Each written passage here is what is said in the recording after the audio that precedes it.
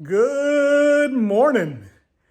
This is another video I've been looking forward to making for a while, and that's my gear review video. What did I think about the stuff that I took on Te Aroara, and what lessons did I learn that I want to share with you about that? I've basically set everything up the same way I had it set up in my gear video back before I went, so that I can just kind of, if you look at the old video and follow this new video, they're kind of going to match up. But I'm going to put this actually in two videos though, because I got a lot to say about the gear that I took, and I don't want to make the videos too long. All right, so the first video is really just kind of about the big stuff and mainly about the clothes that I took, and then the next video will be about all the other stuff that I took. So let's start looking at this. The first part is his backpack. I've got a whole separate video coming out just evaluating this backpack. It's the Six Moon Design Swift X 50-liter backpack, and that's all I'll say about that. You can look at the pack review video if you really want to know about that. Then I've got the Enlighten Equipment quilt that I really enjoyed. Sadly, on the second day, or the second week, I got a rip in there. I'm not sure how that happened. That's on the inside down in the toe box. I fixed it with tenacious tape, and it held the entire time. So I'm really happy about that, but I'm going to be washing this again like I did on another gear video, and it'll be interesting to see if that manages. If this quilt just doesn't hang together, then I'm going to get a new quilt from Kiwi Ultralight here in New Zealand. This is the thing that I talked about with Richie, this thin light pad. Man, I tell you what, this will come with me on every hike that I take. It's just nice to have underneath my sleeping pad in the tent. It's nice to have in the backpack. It's nice to be able to sit on it. Yeah, I'm really happy with, as cheap as that was, as light as that is, it's got a lot of good uses. All right, then we come over to the clothes that I wore. So the Hunt Tech shirt, fantastic shirt. It's a bit more faded now. Loved it, dried so quickly. It was amazing. It kept me warm on cooler days, kept me cool on hotter days. I love the Hunt Tech. Whatever they put in their fabric, it's fantastic. Now, I had a pair of black shorts that I wore, but they got ripped on Deception Pass, so I replaced them with these shorts. Didn't really particularly like the color, but what I did like was that these also had the liner. Maybe it's too much information, but I really don't like hiking with underwear. And the liner really kind of helped. I didn't have any chafing problems with that, except I found that if it was a rainy day, wearing shorts and underwear kept the chafing away a little bit longer than just wearing shorts with a liner. So I don't know if that's just me, but you can check that out. But I did wear those for the most part after I destroyed the other shorts. Then the hat, you remember the hat saga. If you get up on this route, we probably tip it. Okay. Okay. So let's just talk about what happened. That was nobody's fault. That was just a river too big for canoe. We hit the first wave pretty well. The second wave, it just went right over the top of the canoe. There's nothing we could have done about that. The only casualty is I lost my hat. My nice hat that I've had for about 15 years. It's at the bottom of a river somewhere, so I'll have to get a new one if I'm Whanganui. But other than that, okay. This is the new hat that I have. It's not quite as sturdy. The rim's not quite as sturdy. The wind would kind of take this away. I might be looking for another hat eventually as well. Darn Tough socks. I love Darn Tough socks, but I tell you what, the TA was brutal on them. Specifically beaches. The sand just ruined them. I ended up going through 3 pairs of those and having to buy others, and I'll talk more about stuff that I got later on. Let's see, the shoes. I got a couple videos out about the Topo shoes. Love them. That's the 4th pair. They did pretty well. And so yeah, that's I'm happy with how those shoes landed. And then the hiking gloves, just a knockoff brand from China somewhere. I had to repair them a couple times, no problems with them. Didn't always wear them, but on sunny days I would wear them, and they protected my hands. And then this guy, now when I did the gear video, I had a little thing that went between my toes, but I stopped wearing those pretty much right away. And now I wore this over one of the toes that the toenail was really taking a lot of heat. just kind of slipped over the top of the toe. And I stopped wearing that probably about midway in the South Island and never really had a problem again after that. Then there's the Lecky trekking poles. As you remember, I lost one of those in the Wanganui River. So one of those replacements. I just want to do mention about, I think it was Darwin on the trail. I learned this trick about putting duct tape around the top, and yeah, a little bit beat up there because I used that quite a bit. I went through a lot of duct tape, and that's a nice way of carrying the duct tape, just wrapping around the top. And then also these, definitely recommend, if you don't use these baskets, definitely get them. They really helped with mud. When we walk around the mud, the poles just didn't sink in all the way. So that's the stuff that I wore every day. And then moving over here, the rain jacket, the MacPack, I forget which one it is. I'll write that down. Washed it twice on the trail, and well, in Hamilton and then at Christmas time. Again, rain jackets don't keep you dry all day long. They're meant to keep you warm. I still like the jacket, but yeah, just be aware that if you get a rain jacket, you want something that's going to keep the wind away. I used it a lot in the South Island when it get cold. It really worked well, keeping you warm as an outer layer. But as far as keeping you perfectly dry, nothing's going to do that. So the only way you're going to stay dry on a rainy day is to stay inside. But I do like the rain jacket. I'll stick with it when it's worn out. I might look at another one, but I'm happy with this one. Use the dry bag. Definitely important that you have a dry bag, because even if you have a rain cover on your backpack, rain still gets in your backpack.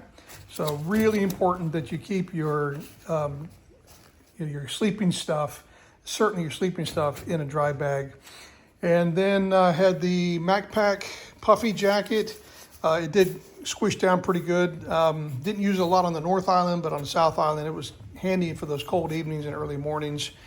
And then this is my mid layer, the Kuyu, I don't know how you pronounce that. It's a hoodie, kind of like a real light fleece. Really worked well as a mid layer. My thermals. Now I'm going to talk about these even a little bit out of order. These were the leggings that I wore. I originally wore these to keep the sun off, and the idea was to keep the sun off during the day, keep the bugs off around night. But I found that, you know what, these really worked well around the hut. I just wear the thermal leggings around the huts. It really was, in New Zealand doesn't stay hot in the evenings, and so I never really felt like I was just too hot with these things. Probably could have done with just one pair of these rather than two pair. But you definitely want thermals, and especially if you sleep with a quilt and you're sleeping right on a hut mattress without an undersheet, it's kind of gross sleeping on it on your bare skin. So I would wear this and this to sleep in, and then that way I wasn't sleeping on my bare skin with the hut mattress. Coming around here, had my hut socks, another pair of the hiking socks, a pair of underwear, and then this is the shirt, the undershirt that I started with, what I'd wear around the huts, but it's a pretty ugly color. And once I lost some weight at Christmas time, I got that shirt. That still got really big towards the end there, but yeah, that's the shirts that I would wear around the huts at night. I had an extra pair of shorts. We're going to talk more about the shorts in a little bit. That was mainly to kind of wear over top of the thermals, but I really didn't use them that much. I've already talked about these. I do like the idea of wearing leggings that just come up to like mid thigh, rather than a whole nother pair of like basically full trousers. I liked it. They worked out really well. And yeah, I'll keep that in my pack that I use from now. But like I said, I'll just take one instead of two pair. These were the knee straps for my patellar tendonitis that flares up every once in a while. I really only used those one day, and that was coming down Mount Piranha, and never had really serious knee problems. And I mentioned at one of the gear videos, I think it was just the trekking poles really kept my knees pretty strong. So I don't know that I'll carry these again because I felt pretty good with the trekking poles. This was the pack towel that I used to as my towel when I was taking a shower. It's not that big. You can see And so I ended up replacing, I'll show you what I replaced it, but I ended up carrying that anyways because they're pretty light. This was my pack towel, sweat towel, and again, I hardly ever used it. So I probably won't take those again just because I hardly ever really use it. Well, this did become the towel that I'd wipe down the inside of my tent and the outside for condensation. I was using this, but it's pretty small, but this worked out pretty well. So I'll keep using that. They do dry out super quick and they're really absorbent. This is the Buff. I remember the name of it this time. And definitely use this. I didn't have to take a beanie. There were a couple nights where I just had that, basically all you could see were my eyeballs. So over my nose, chin, mouth, and around my head and ears. The Buff worked out really well. So they're very versatile. And early mornings, I would start this around my neck until it warmed up, and then I would take that off. But that really is amazing. You keep your neck warm. It's amazing how much warmer you can feel. And then my Croc knockoffs. So these were, my camp shoes basically. I cut little holes in them so I could feed straps in this way, and they just stayed on the outside and worked fine.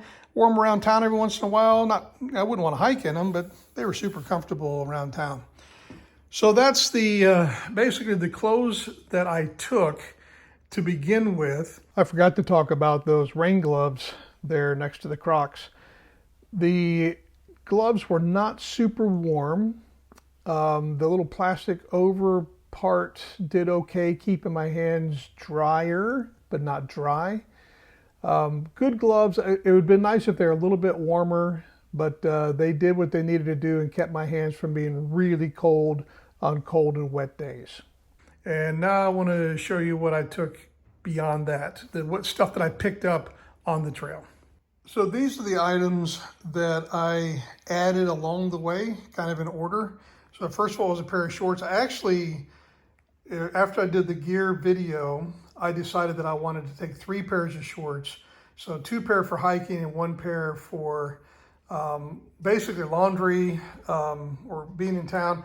It was nice having 3 pairs. I don't think I had to do that, but it was nice. Like if I'd been wearing 1 pair hiking, 1 pair in the evenings, then I wouldn't wear this 3rd pair until I did laundry. So there was always kind of a clean pair of shorts somewhere along the way, but that's something I added. They weren't very heavy, so I put those in. This is something that I would recommend if you use trekking poles.